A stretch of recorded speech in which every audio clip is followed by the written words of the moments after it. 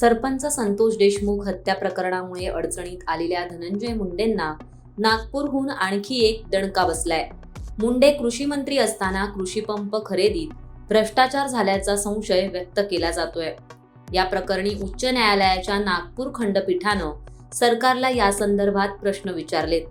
त्यामुळे संतोष देशमुख हत्या प्रकरणामुळे अडचणीत आलेल्या मुंडेंचा पाय आणखी खोलात गेल्याचं बोललं जातंय. त्यामुळे नेमकं हे प्रकरण काय आणि धनुभाऊ या प्रकरणात कसे अडकलेत हेच या व्हिडिओतून जाणून घेऊया. संतोष देशमुख हत्या प्रकरणानंतर बीडमधील गुंडशाही आणि भ्रष्टाचाराच्या रोज नवनवीन घटना समोर येत आहेत. अशातच आता मंत्री धनंजय मुंडेंच्या भ्रष्टाचाराची एक फाईल नागपूरमध्ये ओपन झाली आहे. धनंजय मुंडे कृषी मंत्री असताना त्यांच्या कार्यकाळात कृषी साहित्य खरेदीत भ्रष्टाचार झाल्याचा संशय व्यक्त केला जातोय.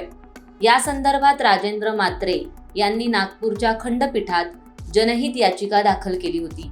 न्यायाधीश नितीन सांबरे आणि न्यायाधीश वृषाली जोशी यांच्या खंडपीठासमोर याचिकेवर सुनावणी झाली. यावेळी कोर्टानं काही सवाल उपस्थित करत सरकारला उत्तर देण्याचे निर्देश दिलेत. कृषी विभागानं 5 डिसेंबर 2016 रोजी कृषी साहित्य खरेदीसाठी डीबीटी योजना सुरू केली होती.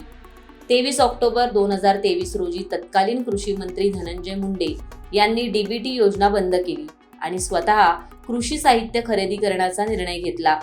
यासाठी राज्य शासनाने 103.95 कोटी रुपयांचा निधी देखील मंजूर केला होता. 12 मार्च 2024च्या परिपत्रकानुसार शासनाकडून बॅटरीवर चालणारा स्प्रे पंप खरेदी करण्यासाठी 1,500 रुपये प्रतिपंप या हिशोबाने 80.99 कोटी रुपयांचा निधी दिला जाणार होता. पण शासनानं 3,03,507 पंप सुमारे 104 कोटी रुपयांमध्ये विकत घेतले.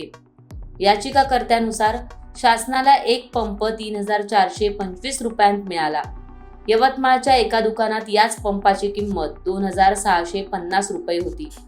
मोठ्या संख्येत पंपाची खरेदी होत असल्यानं शासनाकडे बाजार मूल्यापेक्षा कमी किमतीत पंप विकत घेण्याची संधी होती.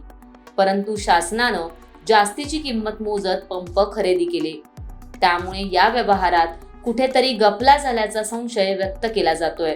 धनंजय मुंडेंच्या कार्यकाळातच पीक विम्यातही भ्रष्टाचार झाल्याचा आरोप भाजपा आमदार सुरेश धस यांनी केलाय.